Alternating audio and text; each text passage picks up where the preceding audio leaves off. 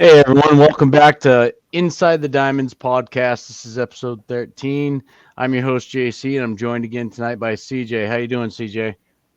I'm happy to be here after a rough weekend and a rough Monday. So nice to get the little therapy session in here. Yep. Been a long time since we talked. I know that last Memorial Day episode you had to roll out on your own. I got stuck with some stuff from work. Surprise, surprise. But I'm actually glad to be back, and I actually haven't been able to watch much baseball over the last probably 10 or so days, but watched a lot yesterday, had some interesting conversations. So I'm looking forward to get into it today and tonight with you. So why don't we jump right into it and tackle some of the notes from this past week? Yeah, this is gonna be jam packed, so we're gonna try to keep this as brief as we can. But there's a lot to talk about. I mean, you like you said, you haven't been here in a week, so we're gonna start off things with what's going on in the American League East, Yeah. and the Yankees are just steamrolling everybody. I crunched all the numbers today, and I want to start with their pitching, which let's start with the fact they're doing this without their ace, Garrett Cole. Mm-hmm. So they're first in ERA with a 2.78. They have a 1.12 whip, which is tied for second. 526 strikeouts, which is seventh. They are first. Oh, we're going to offense now. First in home runs with 90. Fifth with batting average with a 256. First in OPS with a 774. And third in runs scored with 299. And the Yep. offense is being led by Judge, who has a 1075 OPS, which is first in baseball, 21 home runs, which is first in baseball, 47 RBIs, which is fifth, and a 288 batting average, which is 25th. But you remember, he did have that slow start to April and March. But he's also, the Juan Soto combo has just dominated that lineup and dominated everybody they played. Soto's got a 1.031 OPS, which is second. He's got 17 home runs, which is fourth, Yep. 53 RBIs, which is second, and a 322 batting average, which is third. Those two coupled in with Gunnar Henderson, and we'll talk about him in a little bit. Those are your three American League MVP candidates as of right now. I mean, it's only the first week of June, so that could obviously change, but those three. Well, I think the biggest thing that we talked about this previously, and I think it was the Guardians early on that had a huge run differential, and the Yankees right now are at 107. That's the best in baseball. Second is the Philadelphia Phillies with 101. So, when you've got the Yankees at 107 and then Baltimore at plus 74, those are two of the best teams in the American League East, but also two of the best teams in baseball. Yep. And like I said, they're doing this without Garrett Cole, Yep. but Luis Heel, how do you say it? I think it's Heel. Gil or Heel, yeah. I mean, what he's doing out of nowhere. I think he actually was just named American League Rookie of the Month. He's Yep. got a this season he's got a 1.99 ERA, which is fifth best in baseball, a 0.95 WHIP, which is sixth, and 79 Ks, which is 11th. I asked this question. I think we talked about it a couple weeks ago on an episode. They're gonna have Garrett Cole coming back, which he's making a rehab start on Tuesday tomorrow. Yep. Um, who do you take out of that rotation? Now they got Clark Schmidt out for 4 to 6 weeks, I believe, Yep. so that will help fix that issue. But when he's back, he was pitching just as well. So Well, I don't.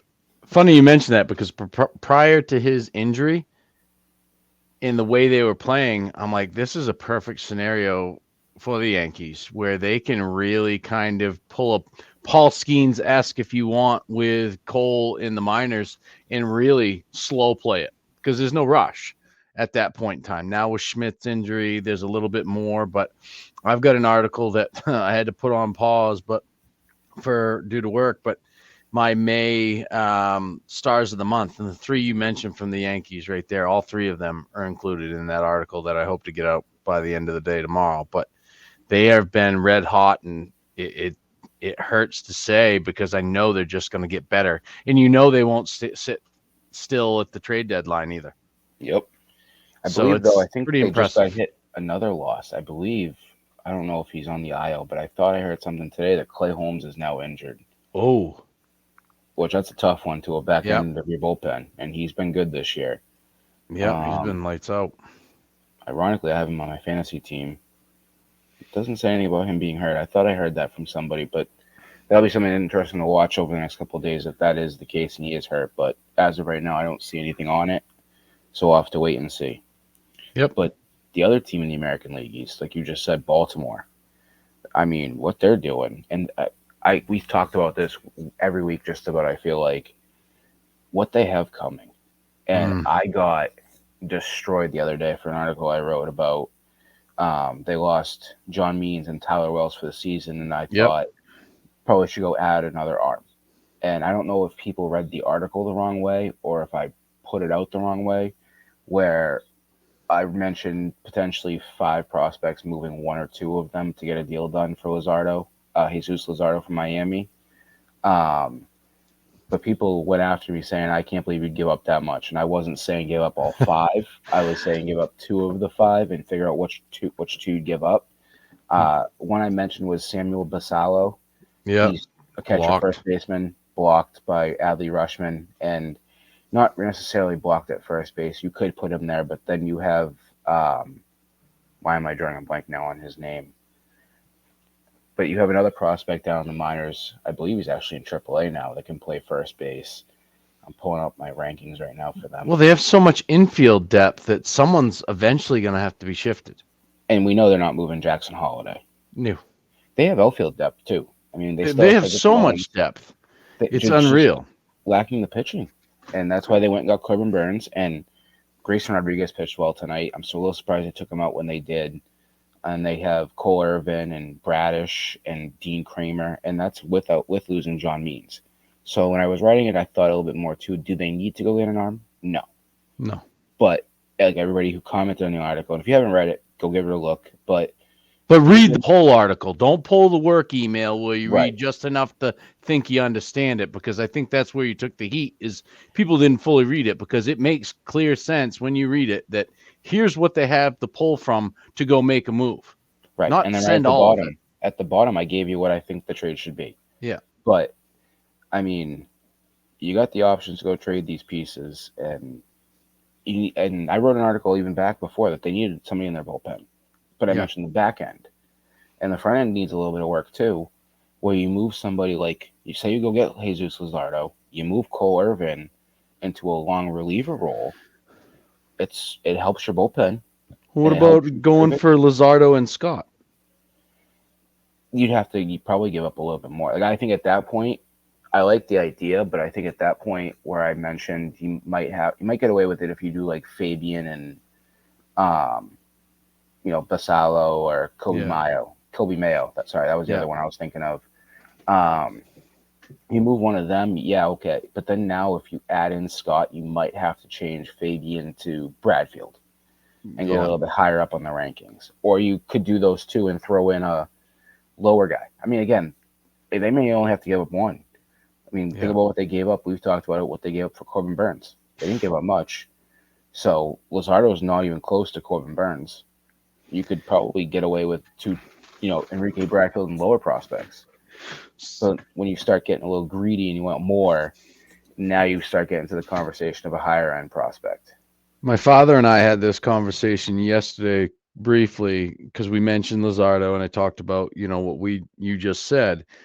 If you're another team in Major League Baseball and you're shopping someone, shouldn't the Orioles be your first call regardless if it's an arm, bullpen, or starter? That would be what I would do. Right? If you want to go to a luxury store to pick out what you want in exchange, they've got to be the number one team to call, just because, like you said, with the gap, or not the gaps, but the blocks, I guess you could say, what they have blocking some of this top talent, because you can't play everyone. And Nope. yes, injuries and not everyone's going to develop, but adding a Luzardo, to me, now you don't have a whole lot of cap money put out there. There's no cap space, but you don't have a lot of money out there. So if you go and trade for Luzardo, who I believe has 2 more years, I think he's through 2027. under contract. It makes it a hell of a lot easier to make a pitch to Corbin Burns about sticking around with this young core. Right. But they're phenomenal. And my father and I were talking with my son. I don't know if there's a more exciting, do it all, gritty baseball player. My dad threw out Pedroia esque in regards to how Gunnar Henderson is. Not the same talent and skill set, but still just real gritty and just does it all. Well, could he do what Pedroia did? Pedroia won, well, '07, Probably. he was Rookie of the Year, and then Yeah. '08 MVP. Gunnar Yeah. Henderson's in that conversation right now. Yeah. The only thing And different is he'll probably Pedroia get a won, ring too. Pedroia won a World Series in '07. I mean, granted, Yeah. like you just said, Henderson could do that this year. But I think to make the postseason run, Grayson Rodriguez is a nice arm. He's looked good this season, and I like Bradish, but another arm to that rotation just Mm-hmm. seems like something you have to do. And I said that before the season even started, knowing Means was coming back. Yeah. And I thought two arms were needed. But now, like I said, it also looks bullpen. And that opens up the conversation for someone like Ryan Helsley in St. Louis. But who knows? We'll get to them later. I mean, I don't know Yeah. if they're going to sell anymore. And No. the big one is everybody's talking about it, and we'll talk about it next week because I want to hear what you think is a good offer, is Mason Miller. I mean, that's the one everybody's talking about that says that makes sense for Baltimore. I just, Jesus, I can don't you know what the imagine? asking price would be. And like I said, I that's can't. something we're gonna do next week. Like I said, I'm gonna talk about it with you, and we'll talk about what you would give up if you were a owner of a team, and maybe we make a list of 3 teams each, and we say what do we give up for Mason Miller to come to our team. Well, I'm looking at it right now, the standings, and another team. Obviously the Cubs are one that have been mentioned just simply due to what's going on in the back end of their bullpen. Neris is doing all right, but Kansas City Royals, Yeah, they don't. Not a lot of. It's easy just to imagine Baltimore because of just the resources they have to give up. But I think that's something interesting next week. That if we share 6 teams or the ones that are currently in the race in and maybe a long shot and put together a package and we just split it up mm-hmm. and share what we have. That would be interesting because he is, in my opinion, the top young arm that's back in the bullpen that will be moved. I don't see the Oakland A's holding on to him. And I think now's the time to kind of capture what they can for him before they move. Yep. And I mean, and just think, and we're what's today, the 3rd? We're 2 weeks away from Orioles Yankees all over again. Yeah. All right, Yep. so we're gonna move on, and this is one you like to bring up. I think you brought it up a couple times in the past couple weeks, but and I kept saying, wait for the weather to get warmer, Yeah. and that's Shota Imanaga. And after his brilliant start to the season, he finally looked human.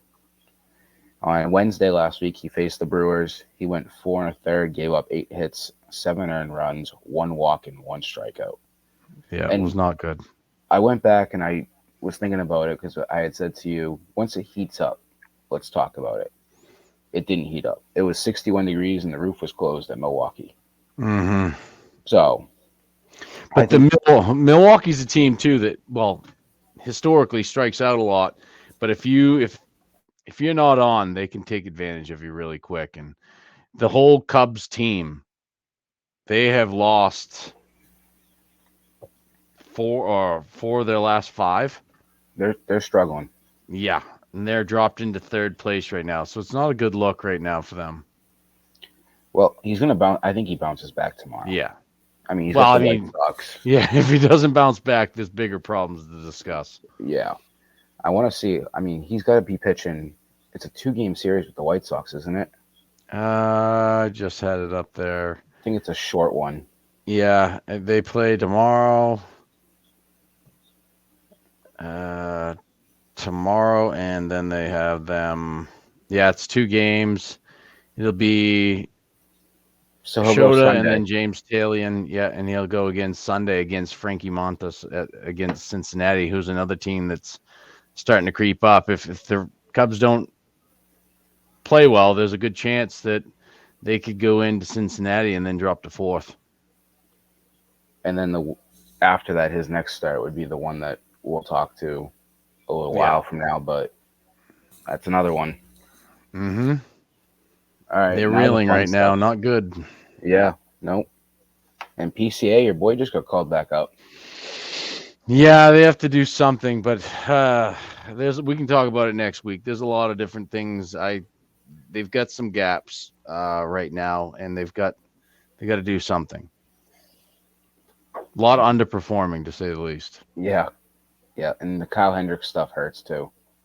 Did you see that Norby was called up for the Orioles, and Yes, Mateo is going to be sent down after getting clobbered in the head he's actually on yesterday? the injured list for 7 days with the Yeah, concussion. And then they actually that pitcher that they just DFA'd that was terrible.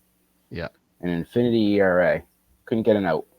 Nope, nope, So not I'm good at excited to all. see. I'm excited to see Nobi up. Yeah. Or Norby, I mean. So the next one on the list is the fun stuff from last week. The Jose Lopez. Now he, if you're He's not not familiar with the wrong. story, well, that's the thing though. So if you're not familiar with the story, Jose Lopez last week came in and pitched against the Dodgers, and the Dodgers lineup lit him up. Yeah. And I don't remember exactly what happened, but something happened, and he ended up saying something to the third base umpire, and the third base umpire tossed him. Mm-hmm. Now the reaction was a typical frustrated Mets player. I mean, it's not the season they expected, and untucked his jersey, was pissed, and tossed his glove into the stands and made somebody's day. Yep. But then it's what came after. Mm. And he was He didn't stop. at his locker and pretty much said, and you can, I don't know, this is my issue with it, but we'll talk about it when I'm done telling you. Um, he pretty much said at his locker that I am what people took it as on the worst fucking team in baseball. Exact quote. And that's what they took it as. Whereas he came out the next day and English is not his first language, so you could tell Yeah. there was the accent in there. He came out and he pretty much said the next day on his Instagram that he said he was the worst fucking teammate in baseball.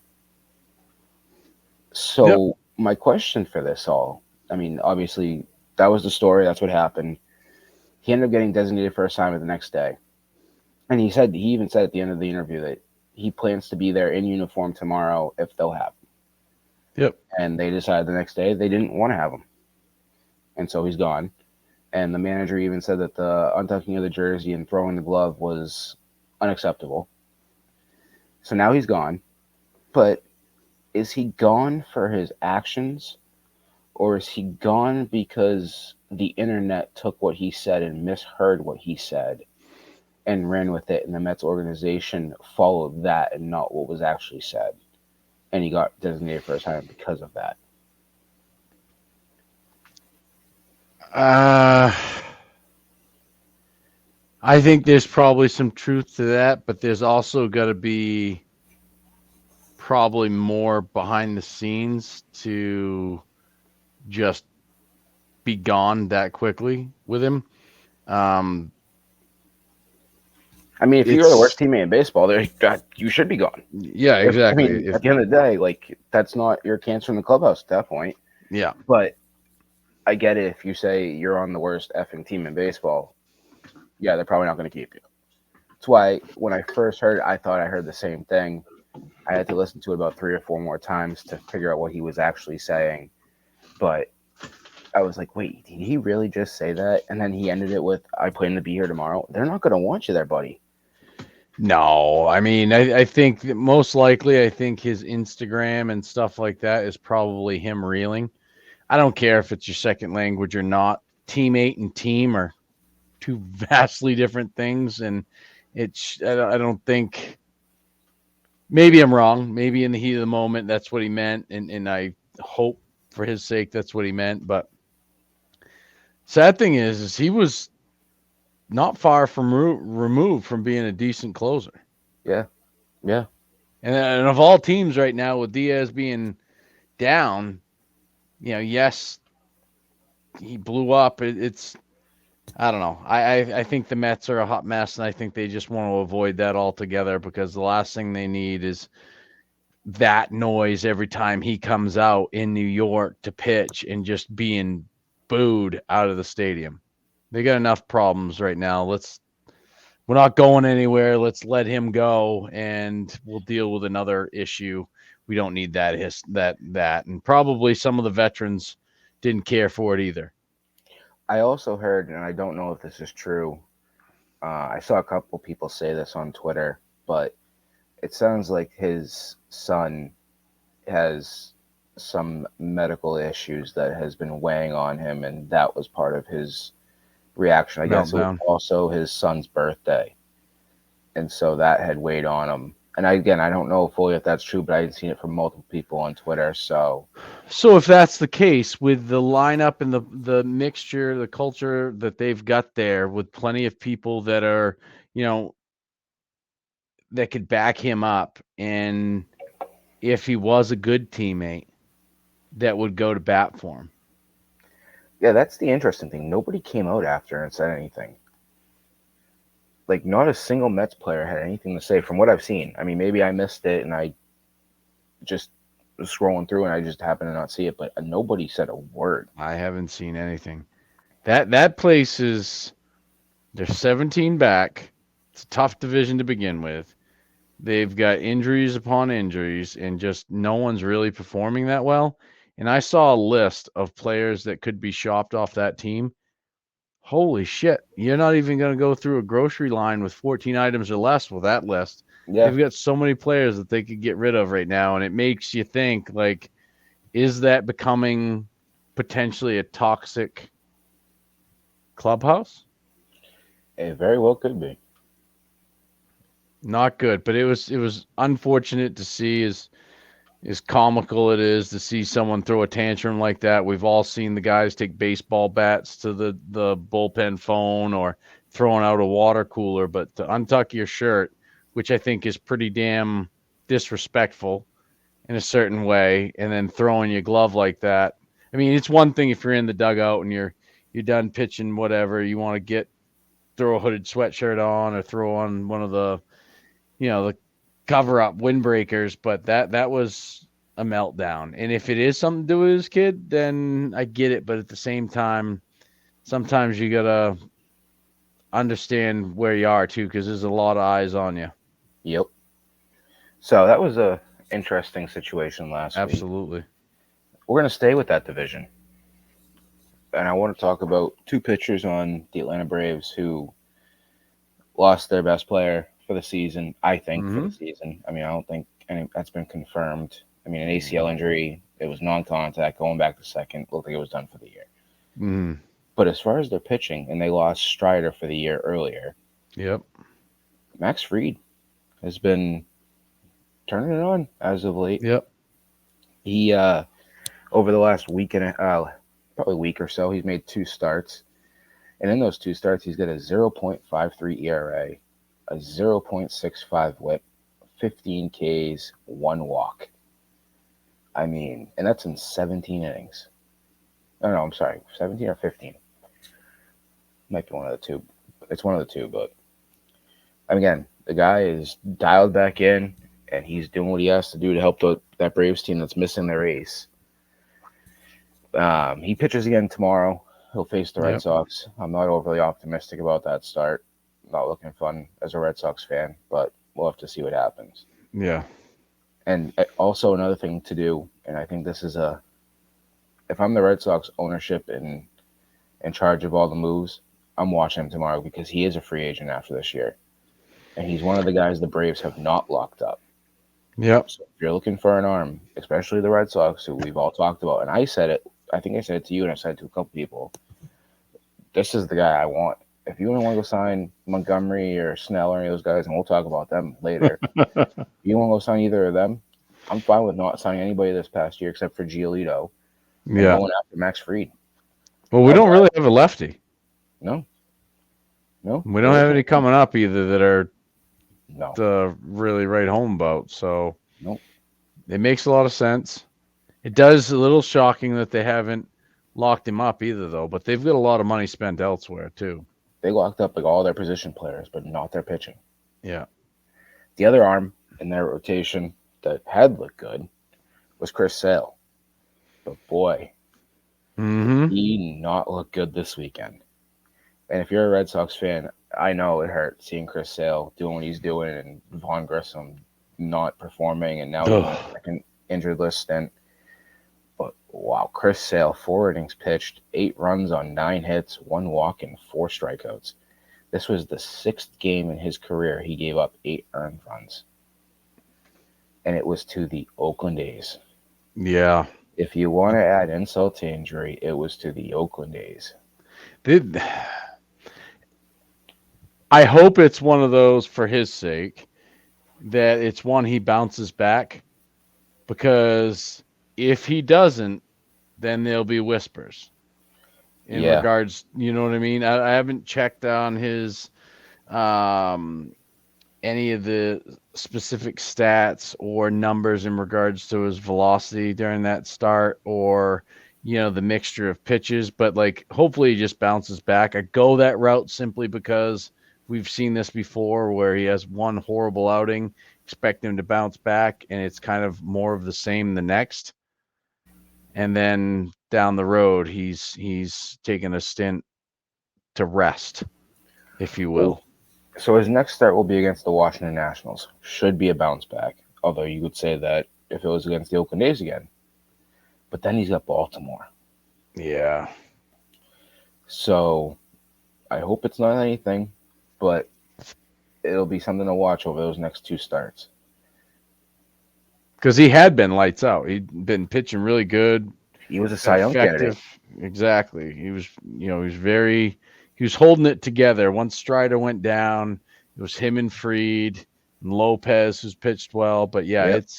that was a little shocking. You see that against the Phillies. You see that against, you know, the Dodgers, even the Padres, the way they've been playing recently, sure. But again, against the Oakland Athletics,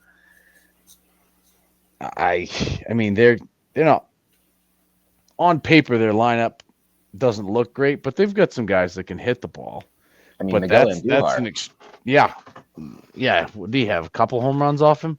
I think he was 4 for 4 on the day. Yeah, so they've got some bats, but at the same time, next start out against Washington will be very interesting. I hope to see him go 6 strong and wipe any of those concerns away for the Braves' sake, and for him. I don't want to see him struggle. I'd like to see him pitch because he's a guy that I like, but it was not pretty. Yeah, I was enjoying his nice start to the season, but that was very surprising. And I I'd like, put yeah, some good money on him to win that game, so that hurt even more. But yeah, even in like I said, Andujar 4 for 5 with a home run and 4 RBIs. yeah. I want to talk about that. Not maybe not this week, but that was strange. That's another one of those names that was a young Yankee player that they had high hopes on, and just kind of same with Gio when he came up, who's now doing his thing in Detroit. But very interesting to see that Oakland Athletics team and see how that shakes out. And with the move coming, we already talked about Miller. Are there any other pieces that they try to move off from and kind of Wood. build towards? Yeah, Alex Wood 2 years from now. Are they trying to build up for 2 years, not 2024, but 2025, 2026? Build for those, and then 2027 when they move in potentially to their new stadium. Do they have some exciting names and prospects to attract some attention Mhm. and build some buzz? So That's what I think's coming. nope, very interesting with those Atlanta Braves pitchers. So at this point in time, we'll take just a quick second to talk to everyone again, like we've done on all the other podcasts. If you like baseball, you're a fan of a specific team or even a minor league team, and you're close to that team and want to join us and kind of write articles or even your input and opinions on baseball, go to the website insidethediamonds.com/join us and reach out. Or you can email CJ or connect with us through the comments on the podcast and just kind of let us know your team, what you're thinking. And if you have direct questions about what that entails and what the expectations are, we can definitely fill you in regards to what we're trying to do here. We've got a good group of individuals writing. It is a long season, so we're just looking to build the platform, get some attention on some other teams, from roster moves to opinion pieces to series recaps, series previews, and even anything specific to do with any of their top prospects. Where, CJ's got some interesting new things coming out that he's going to talk about soon, but we've got plenty of areas that can be discussed. So if you're a fan of baseball, go to the website, insidethediamonds.com/join us, and reach out, and CJ can fill you in on what we're looking for.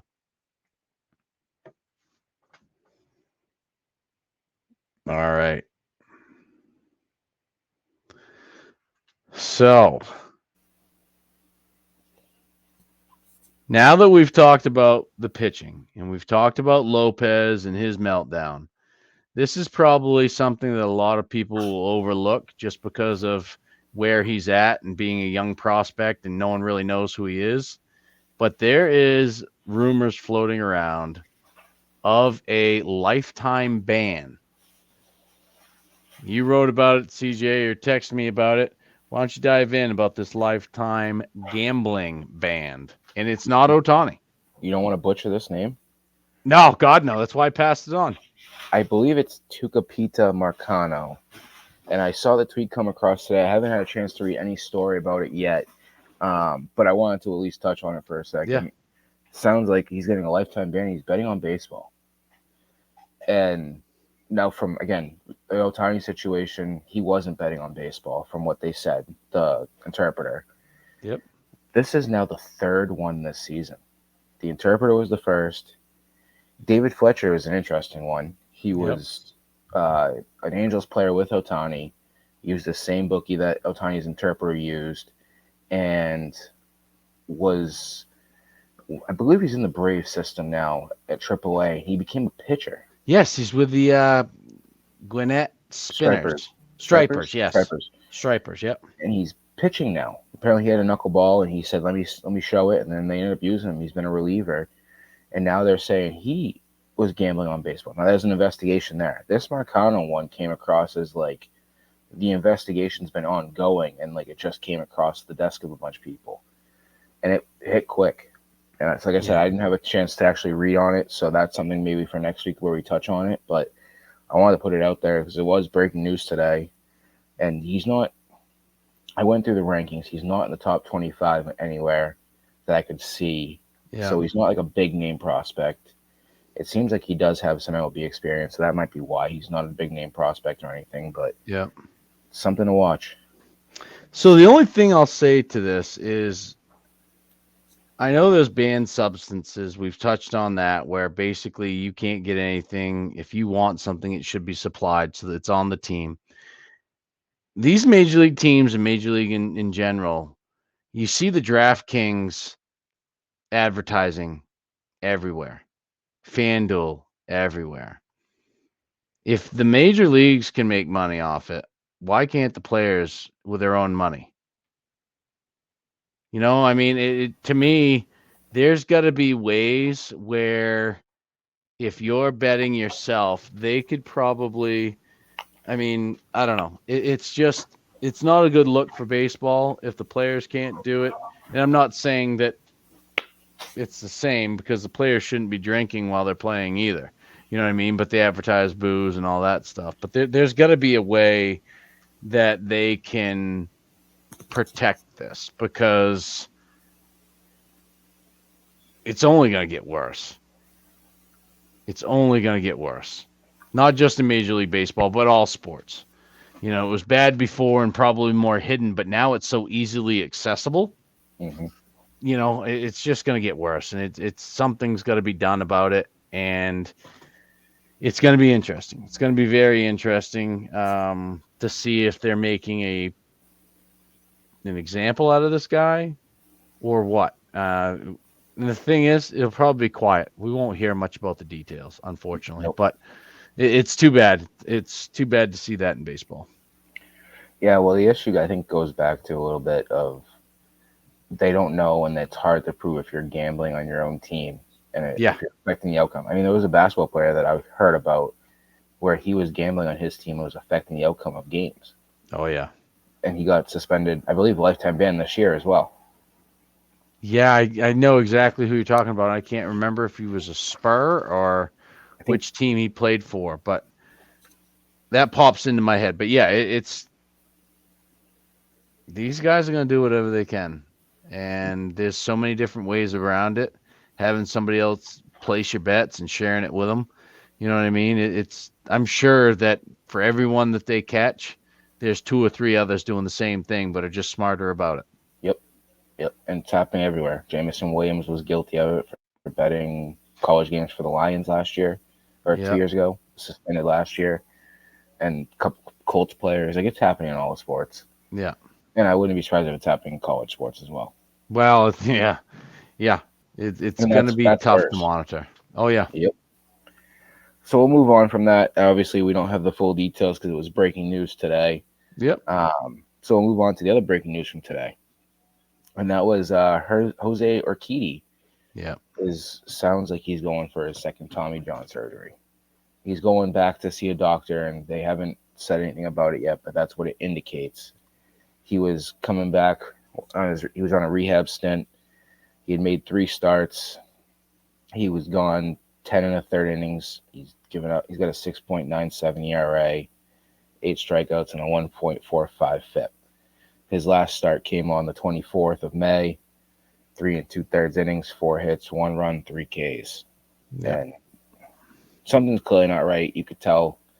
I mean, even the numbers speak to it sometimes. And Yep. especially when you're working at rehab back, I get it. The first start's always going to be ideal, but the second and third starts, those are That's always tough. tough ones. And that's a team we talked about a couple weeks ago that pitching. That was the Yeah. question mark for that team. Can they make a comeback? I mean, like I said it to you, I don't count them out ever. They can always come back. They can always do something. But Urquidy is an arm that I liked watching, and I think that's a tough loss for them. And I was going to even say it tonight, but he looks like he's figured it out, was Verlander, another arm that Yep. doesn't look as good as he has, and that could be an age thing for him. I'm not saying Tommy John or an arm thing for him. That could be an age thing for him. But he's down right now, and that's to a team that we're about to talk about in about a minute or so. Yeah. The Astros, the only good thing is Hunter Brown, the past three starts, all Yep. quality. Yep. So that's a big plus for this bad news, but it'll be very interesting. It's unfortunate to have to go through what he's going through, but he is, and that is what it is, and hopefully it won't be that won't be the case. But unfortunately, for what it looks like right now, he's headed for another one. That's what it all points to. Yeah. So we'll switch over now, and I believe, if I have it on my list correctly, we're talking about a team that is very back, and that is the St. Louis Cardinals. Yep. Part of why I wore the hat, but they were also playing tonight, and the Red Sox weren't, so I went with the Cardinals hat. They're back in a playoff spot. 7 for 3 the last 10 games. 13 and Six and a 5 half in their back. last 18. Yep. And that's since May 12th. They're 13 and 5, and they've outscored their opponents 89-78 in those games. Sonny Gray. Back holding that wild card spot, that final one, and right now they're up. I can't tell if the Astros just scored it, but it was 4-2 last I looked. Yep. The one name that doesn't get as much recognition, and I watched Sunday Night Baseball last night, he crushed a ball that just hooked foul, is Mason Wynn. He's been red hot. It is 4-3, bottom of the sixth Yep. with 2 outs. And of course, Mason Wynn is looking well. He's they're looking talking real him. well. We got the trainer with him right now. With Mason Wynn? Yep. Looking at his hand. Jesus Christ. Yeah, in this Just picked stretch, him up. this 18-game stretch, he's hitting 345 with a 0.927 OPS. He has 2 home runs, 9 runs scored, and 12 RBIs. Yeah. The other 2 names in that lineup that have been hitting well, I mean, that whole lineup's been hitting. But Nolan Gorman with a 291 average, a 1.036 OPS, 6 home runs, 15 runs scored, and 14 RBIs. And Paul Goldschmidt hitting 280 with an 896 OPS, 5 home runs, 12 runs scored, and 11 RBIs. And you touched on it, the arms, Sonny Gray. And I think another name that I want to talk about besides in that rotation is Kyle Gibson, the Yeah. other free agent arm. We'll start with Gray. 3-1 and 4 starts in that stretch. 4.15 ERA, 120 WHIP, 33 Ks, and 21 and 2/3 innings. Kyle Gibson's 2-0 and 3 starts with a 3.38 ERA, a 1.25 WHIP. The strikeout number is not as high, but that's 12 strikeouts and 16 innings pitched. Yeah. Now the question is, can they catch the Brewers? That's tough. But this week it actually plays into their favor. They got 3 against the Astros, which we'll see how this game goes the rest of the night. But then they got 4 against Colorado. Yeah. The Brewers have 3 against the Phillies. That's one of my ones that we'll talk about that I want to see how they hold up. And then they got 3 at Detroit. And if that lineup could figure it out for Detroit, that could be a tough series. And they're going to face Skubal. So that's another one. Yeah.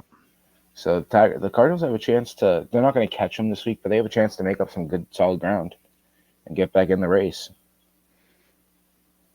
Definitely a team to watch. I know they lost Newt Bar again, Yep. who I like as an outfielder anyway, just to watch him play. He's fun to watch. You know, he's just a gritty guy. They have plenty of bats that can hit, but you know that Gorman is kind of hit or miss. He's really kind of streaky, but Goldschmidt, and then the other one that needs to start is Nolan Arenado. He just brought home Goldschmidt on an RBI single that gave him the 4th run.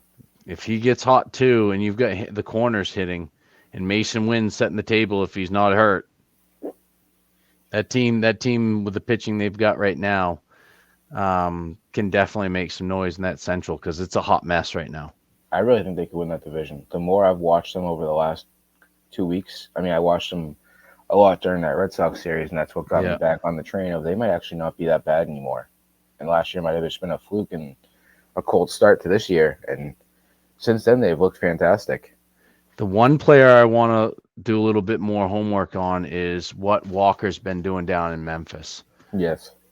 Because he's a name that could be a nice addition if he can get it figured out down in AAA that you can add a bat without making a trade. We might blow this for them right here. We started talking about them and things went off the rails. Well, I mean, that's what we do. That's exactly right. All right, so we'll move on before they blow this game. Yeah, might as well. Let's talk about pitching.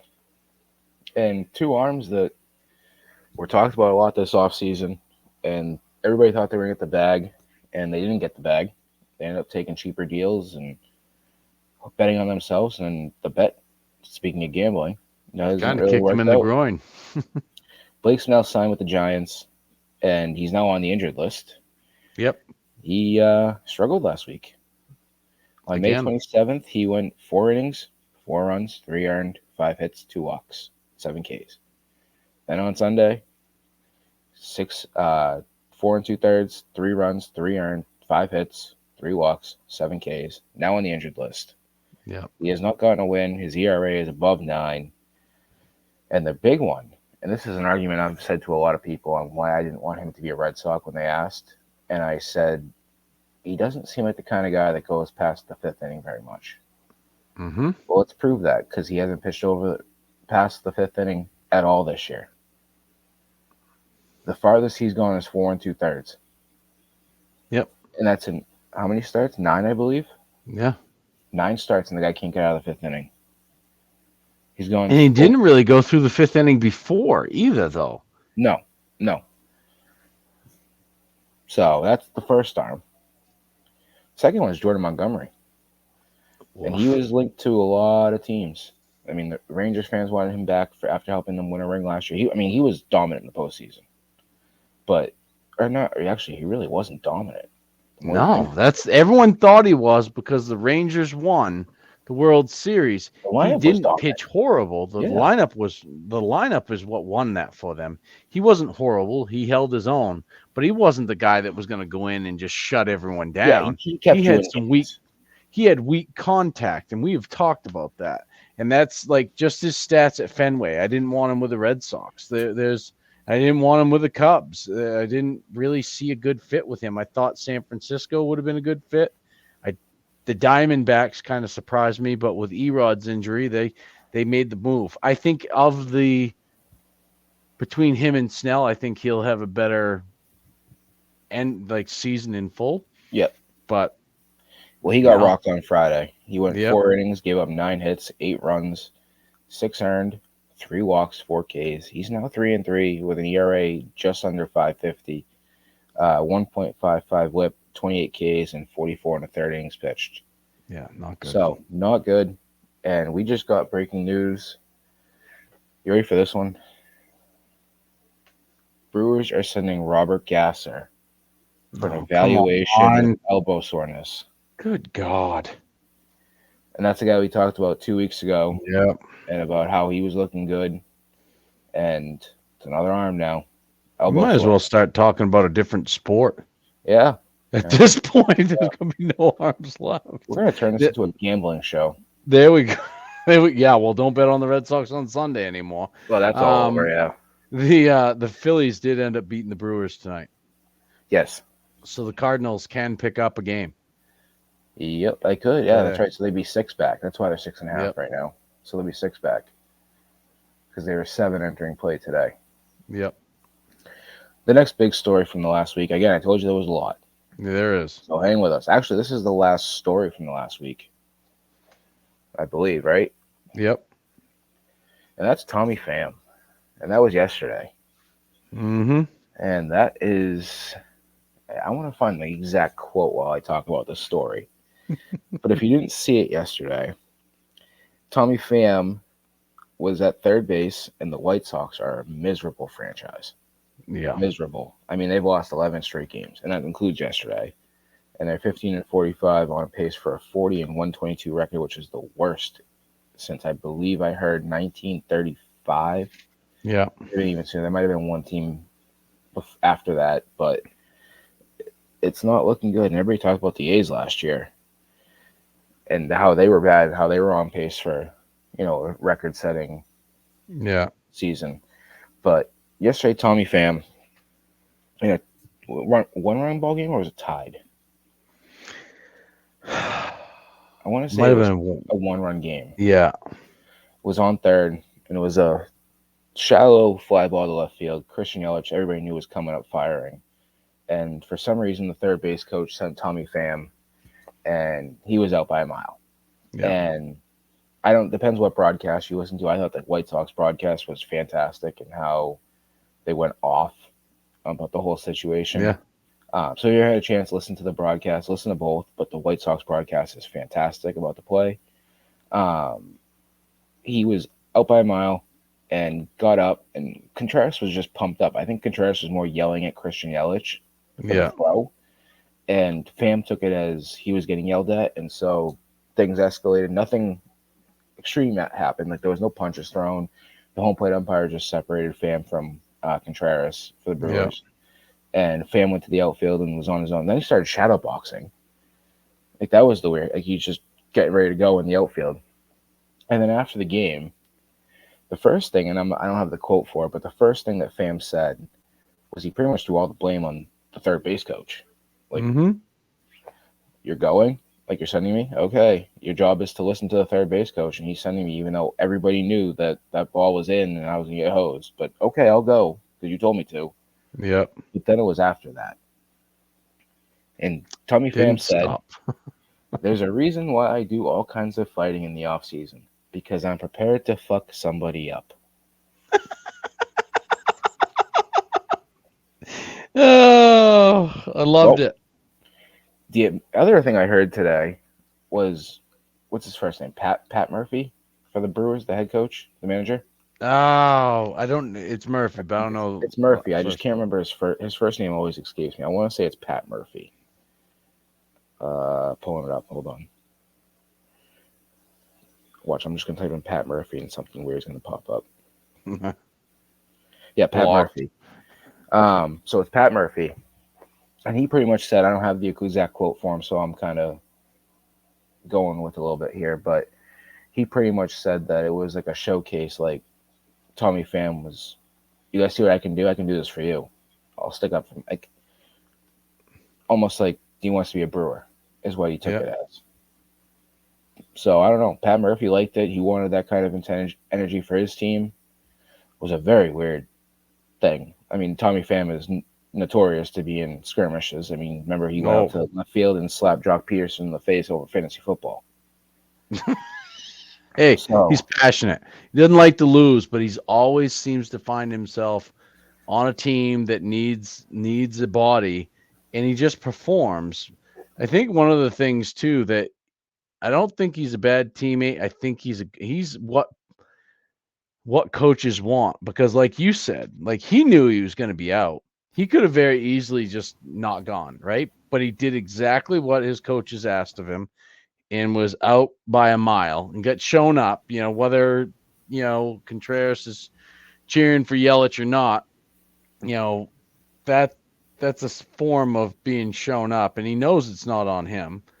He can run, but not with that, into short left. I mean, short right, either way. Yelich has got a decent arm. Um, but yeah, no, I wouldn't. To be honest, he makes a whole lot of sense as a veteran right-handed bat for the Brewers. Now that you mention that, did you see the video? yeah. What are your thoughts? Did he go up the line? See, I have a hard time with the whole blocking the plate and all that BS because I'm a little older and I'm not opposed to seeing a little bit of contact. Um, I don't think it was anything to challenge or to go after. I think he was out by so far it doesn't really matter. He was just Yeah. it's could there be an argument made for it? Sure, but I'm opposed to any of that kind of the blocking the plate stuff. I mean, I want to protect the players and all too, but I don't know. I'm not for that right now. I think he was up the line, but I don't think it was Yeah. like an intent to hurt or anything like that. I think he was just out by a mile and trying to do some kind of slide move to try to get in there. But I think that's all it was. Yeah, I think the whole thing is like if the catchers have their location where they can call safe, all you're really doing is giving the runners more space to do those kind of strange, funky slides to avoid. You know what I mean? So if you're Yep. going to take away some of that from the catchers, all you're really doing is giving more leeway to the runners. Yeah, I mean, it was just such a weird play. I There was a couple of weird calls this weekend in regards to the third base coaches sending. The Cubs had it. I think that was, geez, I don't even know. It was Nick Madrigal was sent from third. This might have been Friday night. Now that I think about it, and it's hit into the corner and left. Hubert, I think is his name, threw it to Dela Cruz, who's got a friggin' cannon, and Madrigal was out by a mile too. Third base coach has got to figure it out. Yeah, it was pretty ugly, but um, so now with that said, and again, there was a lot to cover. Let's take another little quick pause before we get into the prospects. And again, if anyone listening wants to join the team, wants to get involved, wants to write about baseball, their favorite team, even their favorite player for that matter, or just opinions they have around the game of baseball in general, please go to the website, insidethediamonds.com/join us, and give us a message in regards to what your interests are. And CJ can let you know exactly how that fits with what we're trying to do here. He can lay the groundwork for you of our expectations, what everyone's looking for, and how we can make that possible and adding you to the team and letting you get in on some of the fun. Again, doesn't have to be a specific team. If there's just a specific topic or a couple of teams you like, let us know. We can figure it out in regards to how that fits with what we're trying to do here as we try to build the platform and add more content to the website itself. So again, insidethediamonds.com/join us and let us know any questions you may have or any interest you have so that we can see about getting you added to this team that we've got here as we build content through the rest of the season and more of the exciting stuff that we have to come. All right, CJ. One of my favorite parts now is the prospects. And I know you've got a lot of new stuff going and a lot of stuff that we've talked about that I've yet to be able to really get work situated so I can be a bigger part of it. But why don't you talk to everyone about the top prospects and some of the stuff you've got going on the website?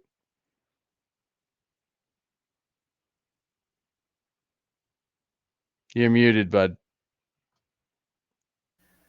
That's good. There we go. Back. All right.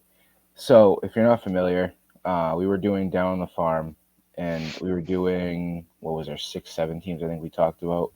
Yeah. Now we're down to probably 3, maybe 4, and really focus on the Red Sox, Reds, Cubs, and Rangers there.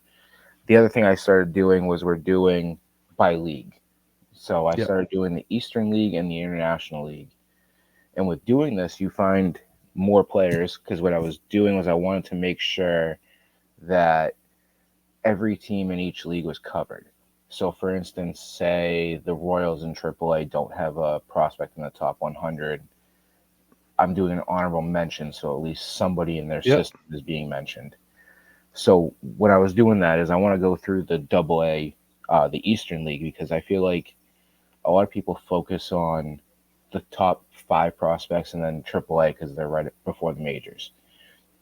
And what I've noticed over the last week doing the Eastern League is there was a lot of good talent there this week, Mm-hmm. and even the names in the top 100.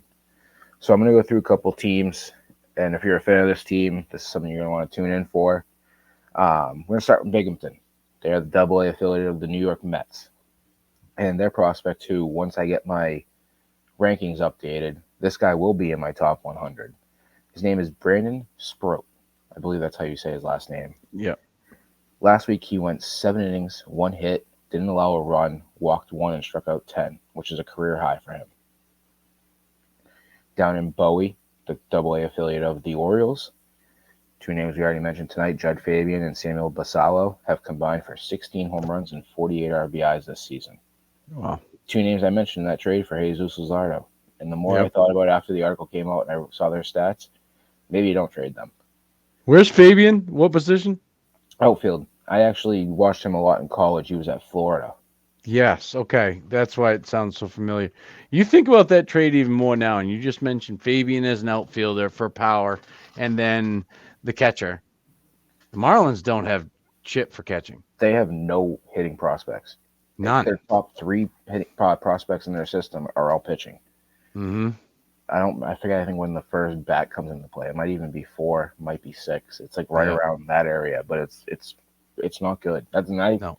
I said that in the article. I said they need a hitting prospect in the top 100 that can help them. But I the more I think about it, I don't know if I want to trade them.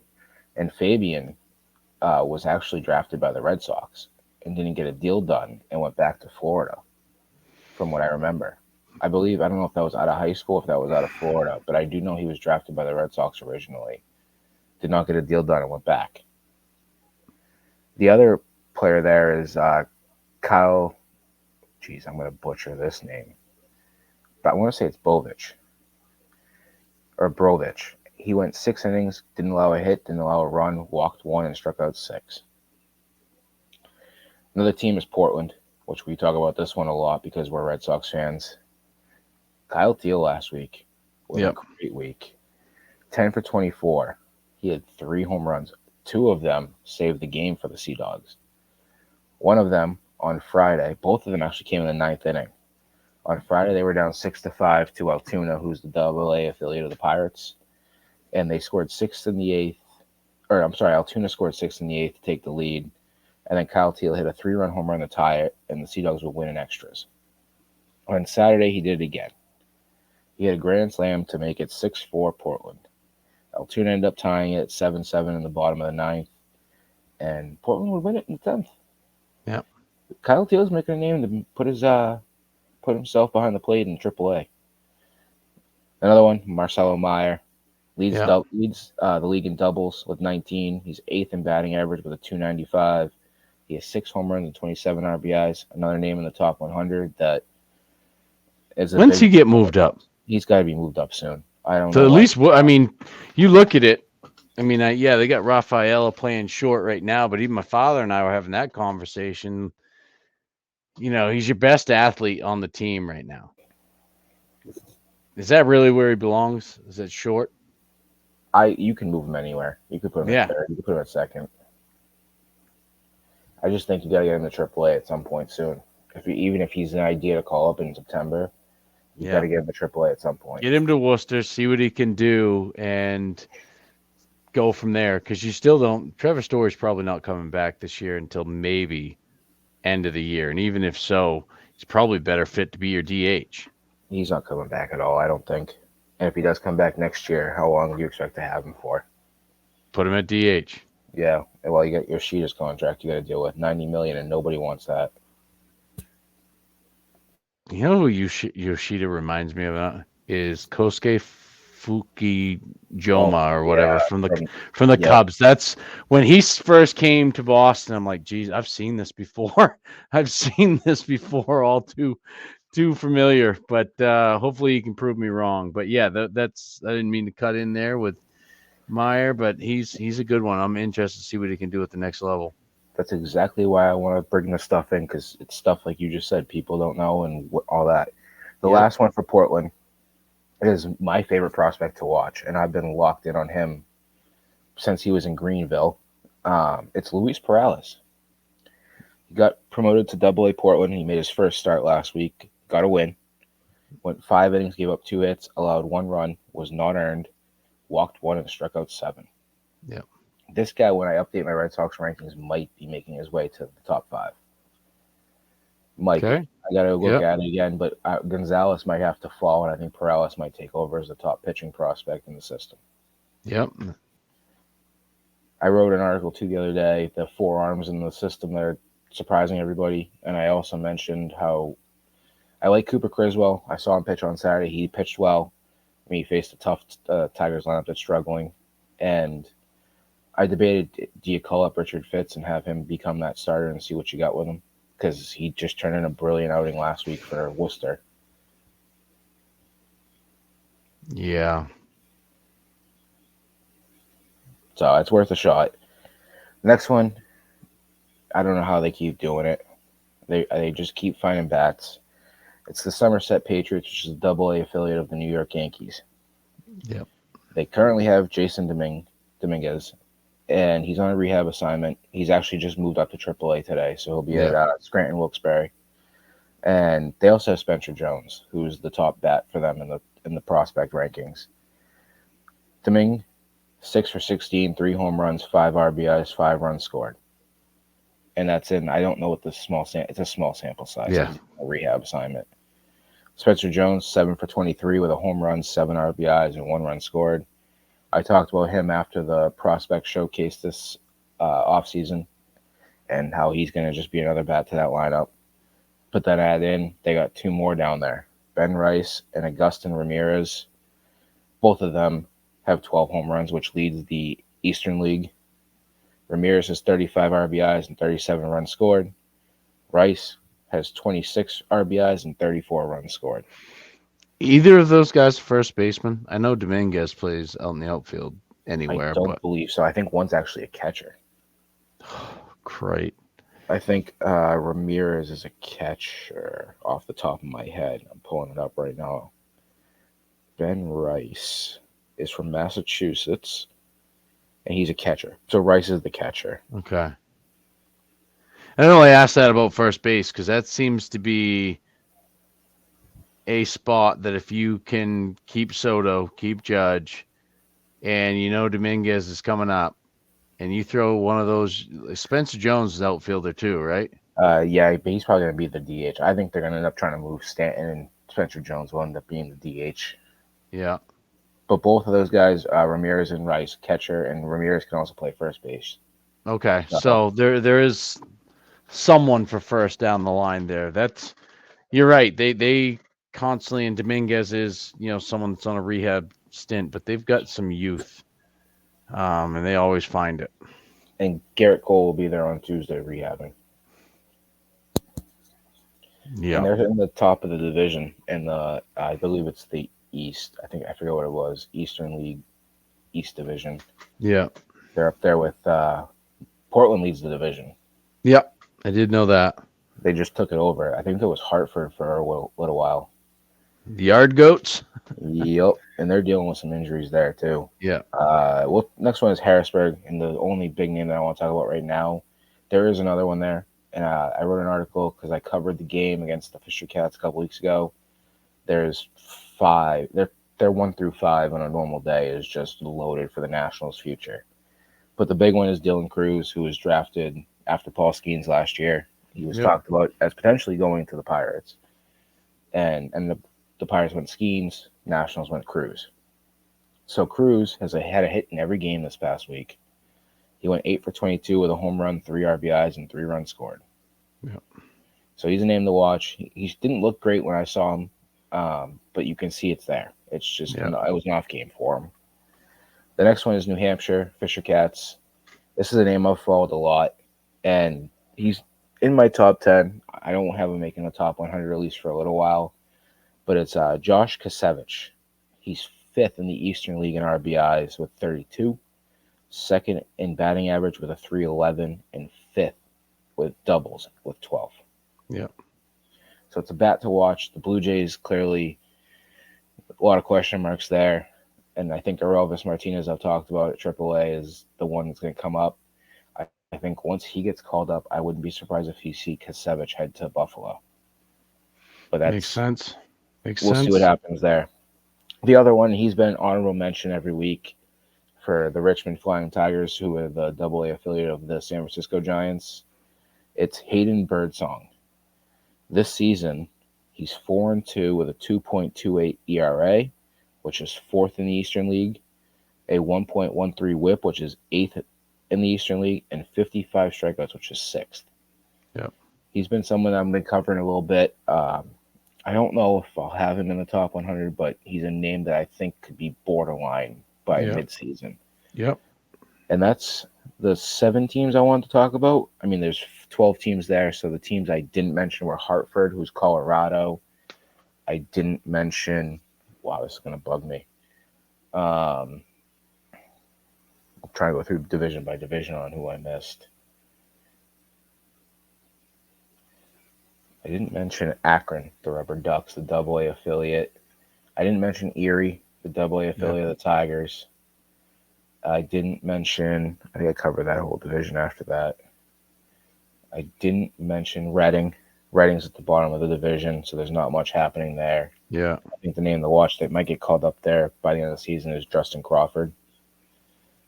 But they're dealing with, I think the other one they have there is a Bell or Painter. One's in AAA, the other one's in AA. And the one that's in AA, I believe, is out for the season. Or Yeah. I might have those flip flopped. So there are some teams I didn't cover there. But there is a lot of talent there. So if you have MLB TV, I highly recommend picking your favorite team, or even if you want to see anybody, pick a different team and tune into some AA baseball because it is some serious talent there. I Yep. mean, Ed Fabian, I'm going to make the conversation. He could make the top 100 soon for all sites that cover prospects, Yeah. just by the numbers he's putting up. Okay. No, I know you and I have talked. I know there's more that you want to build off of that. And I know it's more consistency than anything in regards to these prospects so that we keep it going. So it's not a one and done. You've done a great job with what you're working on. I know that there's things I would like to be able to help you with. And I'm hoping to here is, in the next by July to get in a real steady rhythm to be able to do more because like you said with MLB TV, I think it was I want to say it was Paul Skeen's last AAA start, and I just clicked on the Pirates as my favorite team, and then of course all 4 affiliates come across at the bottom. That's the I painful part. I still think that MLB that package is probably the best bang for your buck out of Mm-hmm. all the other sports packages. I know football is a great one. If you're big into hockey or basketball, sure, I'm sure those are great too. But in terms of baseball and just there's always a game on, no matter what. And if you're a real true fan of a team and you can't see these games. I mean, I had the Sea Dogs game on. I think it was not this weekend. It wasn't this weekend. It was a past weekend, and I was watching that. That's something that you can watch any of the time. You, especially when a player goes down. When Garrett Cole makes his rehab start, you can go watch it. Yep. I'll have it on You know, tomorrow. yeah, it's there's so much you can do with it and watch. Um, it's just a great if you're a baseball fan. I don't think there's another way because right now the way you view baseball, you have to have so many different stupid streaming services just to see games. You've got it all right there. It does stink if you're in the market and you want to use it to watch. Like I can't watch any Red Sox games personally. I can rewatch them, but any Cubs game I want, any Reds games, any of these games, I find myself watching flipping back and forth if the big inning's not on. I'll just go back and forth and watch whatever game piques my interest or whoever's pitching. So there's a lot you can do with it, and this minor league stuff probably puts it above and beyond any of the others out there. Yeah. And one thing actually that they're doing this year, and I wanted to touch on this really quick. It was announced today, and I haven't full deep dived into it, or deep dove, I guess, into it. They're doing a skill showcase this year for the prospects. And so typically All Star Weekend in the past, it's changed so many times. I believe Sunday of the All Star Weekend is the prospect game, Yeah. and then they do that, and then I believe that night is the draft. Now it used to not be that night, but now I believe the draft is Sunday night. Monday is the Derby, and then Tuesday is the All Star game. This year they added in the showcase on Saturday. Yeah. And from what it sounds like, there's round one is hit it here, and they will aim to hit infield and outfield targets in order to earn points. So you'll get to see their hitting on display. Round two is call your shots. They'll have a number of swings to showcase their bat control. They announce which field, left, right, or center they want to hit the ball to. If successful, then they choose to hit another one of the other two remaining fields. And once successful, they have to hit to the last field. Round two, favorites. And then round three is swing for the fences, where they show Yeah. off their power. So you're going to get a chance to see. I wish they would do something for pitching, but it sounds like you're going to get the chance to see, kind of like they do for NBA, NFL, all of those that big leaguers get to do the home run derby, but it sounds like the minor leaguers are going to do a skills competition. So you get to see the hitters that they are, and that's a product that I'm glad they're doing because you get to see more from different guys you wouldn't normally care about or want to follow. But if you're a baseball fan, it's something you definitely want to tune into. I'll be locked into it. Yeah. Definitely worth a watch just to see, and it's a different spin on it. Hmm. I wish they'd do that for the big leagues. They might. I mean, if it takes off, they might adapt and do something different to speed it up and see what takes place. So Yeah, maybe this is a trial. never know. They always start in the minor leagues with the things they want to tweak. So now that we're through the prospects in the end, I want to just touch base and I'll give my series of the week that I'm tuned in on right now for the series. The one specifically that I'm looking forward to watching is well, actually I should say there's two. The first is in the NL or the American League Central. I want to see the Kansas City Royals and the Cleveland Guardians. Hmm. And then the other one that I'm tuned in on and interested in is um, the Cardinals Astros for the same reasons we've already discussed. The Astros are making a surge while the Cubs are falling apart. And that's a series right there this week that I'm interested in the Cardinals Astros. And again, the Kansas City Royals and the Cleveland Guardians. The Royals are an interesting team to me because they have some power in that lineup with Perez and Witt and Vinny P, but there's a lot of room for improvement there in that lineup. The pitching's been holding it together for them pretty well. So I'll be very interested in the Royals this weekend against the division leading Guardians to see how they hold their own. Because I think it's as much as I'd like to say it's a 3-team race. I think right now it looks like it's going to be these two unless something, the Tigers get red hot or Royce Lewis comes back and really sets the Twins on fire. Yeah. My two for the week, I'm going to follow you. One of them is Royals Guardians. And I Yep. did so more on the pitching matchup. They didn't announce anything. Nothing. The first game's it. It's Lugo versus McKenzie. Yep. And then game 2 is TBD versus Singer. And then game 3 is TBD. Yep. But I want to see what both of those teams can do against the teams. They're going to really be, like you said, the two teams, they're going to fight for the Central. Mm-hmm. Unless the Tigers lineup wakes up, which Torkelson going down to AAA. We didn't even touch on that. Spencer Torkelson. No, that hurt. I almost sent you a message when I saw it, but I didn't want to rub it in because I like him. It to happen. I think it's the best move you could have made was send him down, let him figure it out, and you called the right guy up. It's the first time I think where they've made a call up like this where I'm actually okay with the call up. I'm excited to see Malloy. I'm excited to see what he does. He's a top 10 in my Tigers top 10. So, and I was calling for him all of last year. So I'm glad it's finally happening. I think he went 0 for 2 tonight. I believe he walked. I'm not positive. The Tigers won over the Rangers. They did. 2-1 behind 2 Jake Rogers home runs. The guy that everybody, when I wrote an article about Torkelson getting sent down and the roster moves from today, people were commenting on it saying Rogers is next. Well, if Rogers got sent down, you wouldn't have a single run tonight. No. So Malloy went 0 for 3 with 2 Ks. So an adjustment, but Torkelson probably would have gave you the same thing with what he's been doing lately. Yeah, unfortunately. Sadly, doesn't matter what the name is. That would have been the same thing. The other series for the week, and I got 2 for the weekend, which I'm sure you'll steal one of them. Dodgers Pirates. And the only reason I picked that series was the first game is Tyler Glasnow versus Jared Jones. Yep. The second game, welcome to the big leagues, Rook. Paul Skeens versus James Paxton. Have you seen any of the Kenny Powers readovers for Paul Skeens interviews? No. Oh, dear God. They're great. They're great. It's hilarious, and they fit because of what he's doing so far. But that's a good matchup there too. That'll be interesting, just in terms of the pitching itself.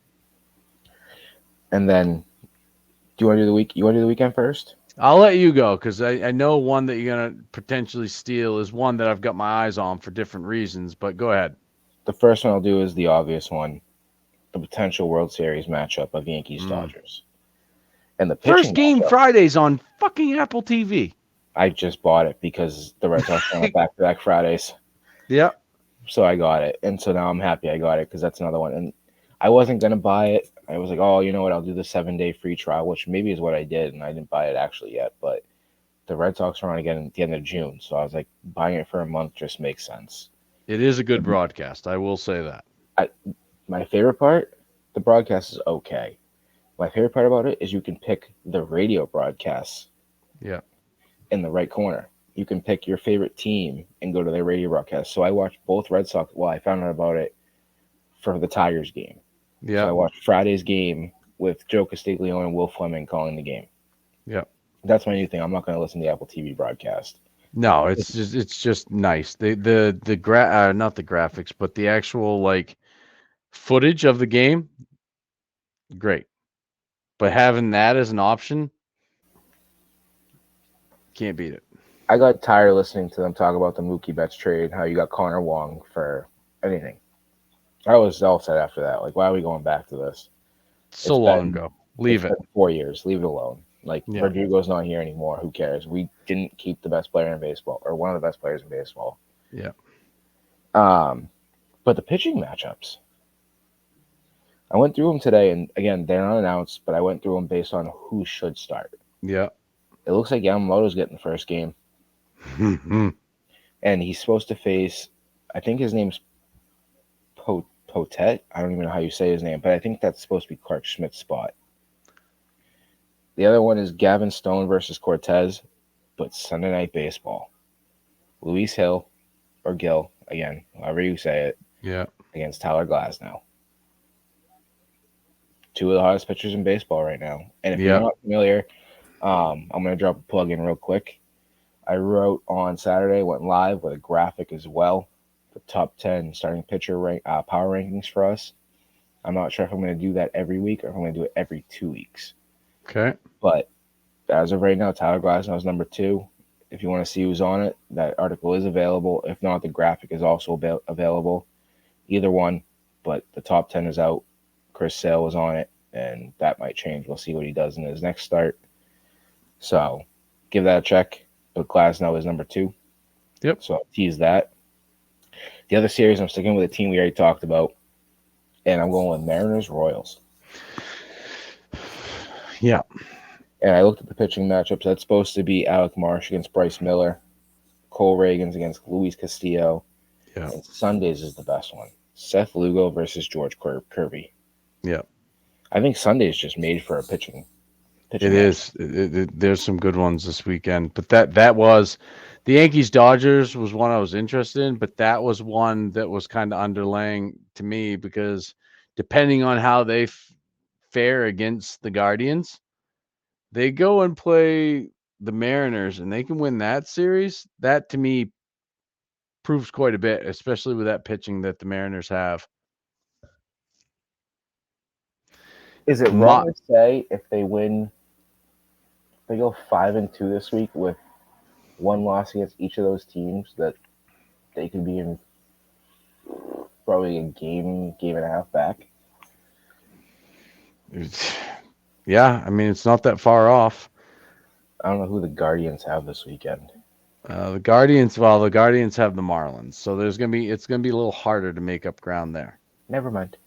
Oh, and Yeah, we should also talk about the London series. yeah, that's a little wonky there. With I believe the Mets are facing off against the Phillies. Phillies, which It's is only why 2 games. Christian Scott got moved down. Is because of so many days off. They figured might as well send him down. The other one, really quick, I'm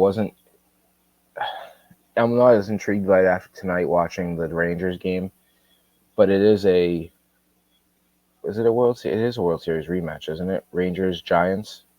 No, it was the Rangers and Diamondbacks. No, but I think it was Yeah. 2012 Yeah, because yeah, 2010 was Tigers, 2012 was Rangers, yeah.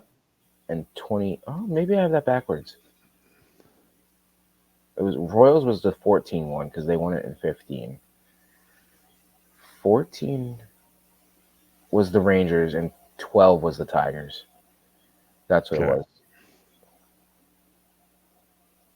okay.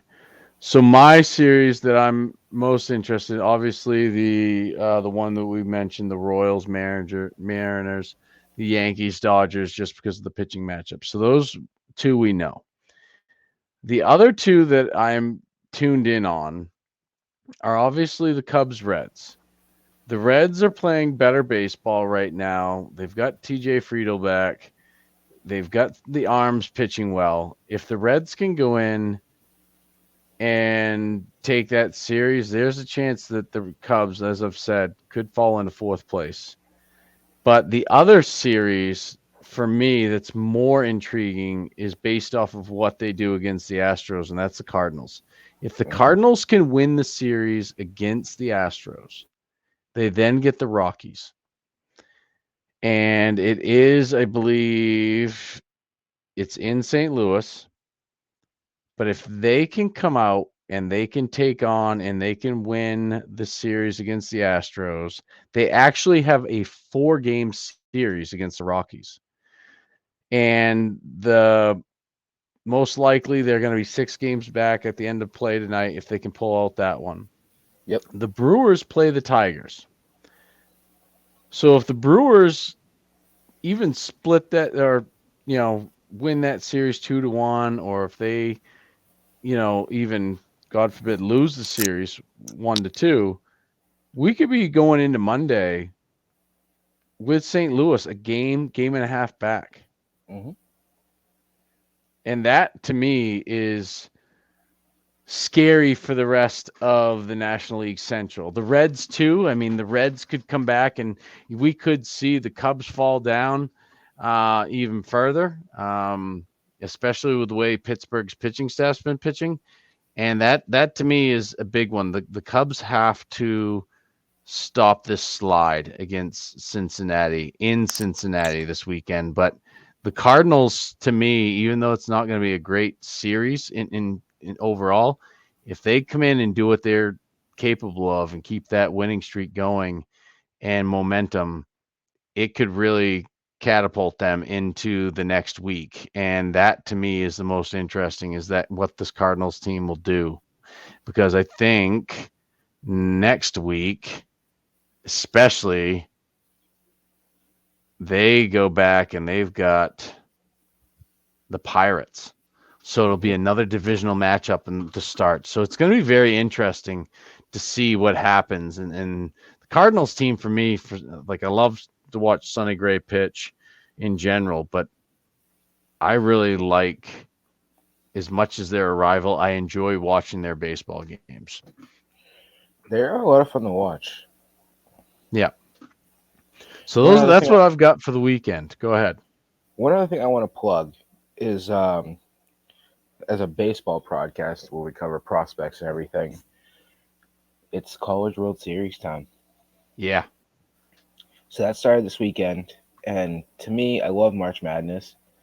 The College World Series is tough because you It could is. be the 1 seed and you go into the first weekend of play, and whereas in college basketball, it's not likely a 16 seed is going to upset you. You go into college baseball, you go in, and you get the 4 seed in your region. You lose, you're in the losers bracket. You lose right there, you're done. Mm-hmm. And if you go into the losers bracket, you gotta win out, and you're gonna get the team potentially that beat you twice in the Yeah. finals in that region. It's just very tough to do. I'm watching UConn Oklahoma right now, and Oklahoma won yesterday to force the decisive game today, and UConn's up 6-0 right now. Yeah.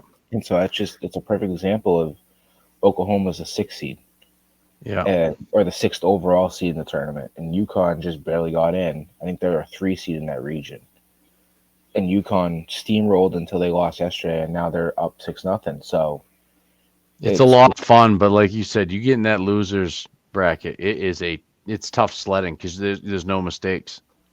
the other thing about it too, and I want to touch on this really quick. I wrote the beginning of this before MLB started college baseball season. I talked about the 3 big arms going into the draft and how they were surprising everybody. All 3 of those arms after today are gone. Nope. Yeah. Or I'm sorry, 3 of the 4. Okay. Technically, Jack Cagliano, who I wrote was potentially the next Shohei. I mean, the guy crushes baseballs, and he Yeah. lefty arm. Florida moved on today, so Florida's still alive. He pitched on Saturday and actually got lit up by Oklahoma State. Yeah. So, I mean, it's a fun time for college baseball. Now they're going to enter Super Regional weekend. Yep. And after this weekend, we'll know who's the 8 teams in the College World Series heading to Omaha. And then after that, it's the 4 teams from each side, they face off, and then after that we get the championship. So Yeah. It's a if lot of fun. you're not huge into college, that's fine, but this is the weekend to start to tune in. Yeah. And again, I guess we're cursed because now Oklahoma's starting to get guys on. They're just running all over the bases. It's Really, tough for me personally because um as much as I like college baseball and watching it, I do enjoy watching the college softball World Series too. yeah, It's not the same sport, but it's the same premise, and it's a lot of fun. I watch a lot of that too with my daughter, when we can, when she doesn't have her own games. But I was watching quite a bit of the college baseball because on ESPN Plus, just pop it on 4 different screens, and then whatever game's not on, a big moment, you just make that the big one and navigate it. But it is a lot of fun. It is tough. You hear them talking about, okay, they win this game, and then they play again tonight. yep, This yep, is it's real. This is they go after it. They do have deep rosters, but at the same time, it's a lot of fun right now to see. I watched the St. John's against Mississippi State. I watched that game yesterday, and St. John's got knocked out, but yep. it's a lot of What fun. is left? West Virginia, I believe, just made the Super Regionals for the first time in Wow, school history. From what no I've heard, shit. I don't know if I didn't go back all the way, but that's what I had heard. Yep. There's also an option if you like Red Zone or MLB Big Inning. There is an option on ESPN Plus called Squeeze Play, where Okay. all Yeah. of the games are on that one screen. And we brought up the Cardinals again, and they just went down 6-4. Fuck. Well, good, but I mean, I don't like to So see us jinx everybody. I don't know. Is there a team you want to talk about before we get out of here? No, I think the biggest thing for me, one thing I saw, and this is the last thing I'll say, is, and I think it was, and I don't quote me, 1988. Roger Clemens had 23 complete games. Bruce Hurst had 15. Last year there was 35 in all of baseball. Yep. Pretty incredible the changes. Now again, they handle the arms a little bit different, but at the same time, that to me was something my father and I were talking about that was just it's not the same for multiple reasons, but it's those guys used to really go out and battle and throw and I don't know they do pitch counts, but at the same time, are they tracking all the days? I mean, they don't really have off days anymore because it's a throwing program. Yeah, They're no. always throwing. And then they throw like 100 pitches for a warm up. Yeah. So it was an interesting thing that kind of stood out to me is you just don't see it anymore, and it's almost as big as a someone throwing a complete game is almost like someone throwing a no hitter or a one hitter these Hmm. days. Yeah. And that brings the question though, and I think the closest one is Verlander. With that being said, with guys going as short as they do in the bullpen depth, are we ever going to see another 300 win pitcher? I don't think we will. That's going to be tough, and not to drag it out any longer, but I think we'll be talking about Verlander for a couple of weeks now, depending on what happens in Houston. He's not getting any younger and wants to win. That would probably come pretty cheap Does he though? 'Cause to I saw he said when he was back in Detroit that he was fine with going back to Detroit to end his career. So, and the Tigers, like we said, they've fallen off. I think they're roughly 10 games out, if not nine. yeah. I mean, he wants to go back to Detroit to end his career. So, That could be a cheap arm from for Baltimore if they don't make a move for Luzardo. Not that they need him, but in terms of what it would cost compared to Luzardo, yeah. give him the opportunity to go out on top, and he's not the ace. As long as he doesn't go to the Yankees and somehow figure something out magically. What and pitch another 3 years? Be the Yeah. Tom Brady? Yeah. I mean, the guy Gosh, was the most dominant pitcher for a while. oh, it's unreal. I don't know how he So, does it. what's he have? Three career no hitters? Two at Yeah, least, right? yeah. He gets better as the games go on, Yep. just like his career. And I guess you could say the same for tonight because he looked rocky to start. He gave up 4 runs in like the first 3 innings, and then all of Yeah, a sudden that was it. So same thing tonight. yeah. But Interesting. No, lot going on, lot to cover. Really excited to see the growth in the prospect, the Eastern League, and what's the other? You're doing the Eastern League and international, which is inter Triple A, is the and it triple A, and then Eastern covers is double. international league will cover. So the Eastern League is weird. It covers a variety of different teams. The international league is pretty straightforward. It covers all of the American League and National League East, and the Yep, American League and National League Central. So yep, all 20 teams in those two, between those four divisions are covered in that. And there is one prospect for every team. So even if your yep, team doesn't have a prospect in the top 100, there is a player included from their that affiliate. Um, so those are both out every Monday. I try my best to get both of those out. If not, they're both out Tuesday morning before any team starts play. it's a lot of work. You're doing a good job with it. It's definitely for anyone that isn't even that big of a minor league fan or even a big league fan. If you just want to learn a little bit, it's a quick read, a lot of information, a lot of good information, a lot of names that you probably should know. And it has if you just want to know how the team's doing. So if you're Yep. listening to this and you're a fan of somebody, like a team is in your area. So for instance, for me, Fisher Cats are close by. I follow the Fisher Cats, Blue Jays Double A affiliate, but I include the standings going into the week and the standings going following the week. and Yep. what's next up for the next week. So who are they playing? Where are they? Could you go see a game? You Yep. know, everything's there. It's a lot of work, but everything's there for you. So everything you want to know, everything you want to need to know. Um, I'm open to ideas too. So if anybody has any ideas of something they want to see in this, feel free to reach out in the comments of the article. Maybe I do something where if a player like Garrett Cole is on rehab, I include something like that in there. Anything you want to see, let me know. Yep. Open to ideas. Perfect. Well, everyone, for myself, I don't have anything else to add for tonight. We really appreciate you guys tuning in. Don't forget to subscribe, like, follow us on all the channels, and just keep tuning in, and we'll keep putting out the content for you. CJ, thanks a lot for joining tonight. Appreciate it. Always good to talk to you about baseball, and looking forward to next week. Glad you're back. Enjoy your week, everybody. All right. Take care.